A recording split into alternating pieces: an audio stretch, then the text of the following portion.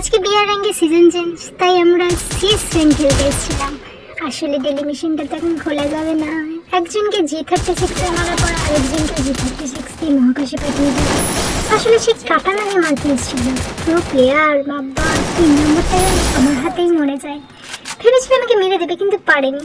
Random টিমমেটদের সাথে খেলছি guys, kicks তো থাকবেই গেমের মধ্যে। বোম মেরেই একজনকে একদম মহাকাশে পাঠিয়ে দিয়েছি।